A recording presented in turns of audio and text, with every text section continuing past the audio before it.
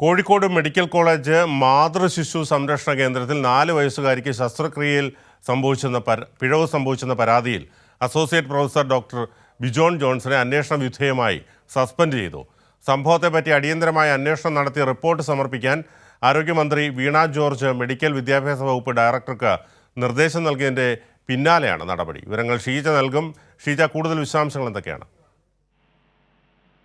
തീർച്ചയായും ഈ കോഴിക്കോട് മെഡിക്കൽ കോളേജിലുണ്ടായ സംഭവവുമായി ബന്ധപ്പെട്ട് അടിയന്തരമായി തന്നെ ആരോഗ്യവകുപ്പ് വിഷയത്തിൽ ഇടപെട്ടിരുന്നു. അതിന്റെ അടിസ്ഥാനത്തിലാണ് സംഭവത്തെക്കുറിച്ച് അടിയന്തരമായി അന്വേഷണം നടത്തി റിപ്പോർട്ട് സമർപ്പിക്കുവാൻ വേണ്ടി മെഡിക്കൽ വിദ്യാഭ്യാസ വകുപ്പ് ഡയറക്ടർക്ക് നിർദ്ദേശം നൽകിയിരുന്നത്. ആ അന്വേഷണ റിപ്പോർട്ടിന്റെ അടിസ്ഥാനത്തിലാണ് മെഡിക്കൽ കോളേജിലെ അസോസിയേറ്റ് പ്രൊഫസർ ആയിട്ടുള്ള ഡോക്ടർ ബിജോൺ ജോൺസന്റെ ഭാഗത്തു നിന്നും പിഴവുണ്ടായിട്ടുണ്ട് എന്നുള്ളത് കണ്ടെത്തിയിരിക്കുന്നത്.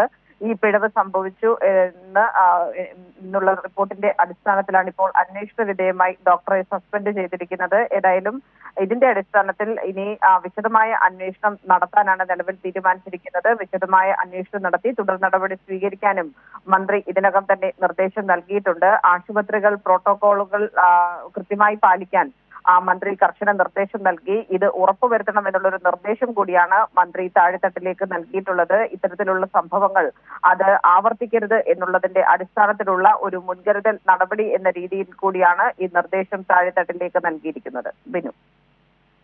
ശരി, കോഴിക്കോട് മെഡിക്കൽ കോളേജ് മാതൃശിശു സംരക്ഷണ കേന്ദ്രത്തിൽ 4 വയസ്സുകാരിക്ക് ശസ്ത്രക്രിയയിൽ പിഴവ് സംഭവിച്ചെന്ന പരാതിയിൽ അസോസിയേറ്റ് പ്രൊഫസർ ഡോക്ടർ ബിജോൺ ജോൺസനെ അന്വേഷണ വിധേയമായി സസ്പെൻഡ് ചെയ്തു.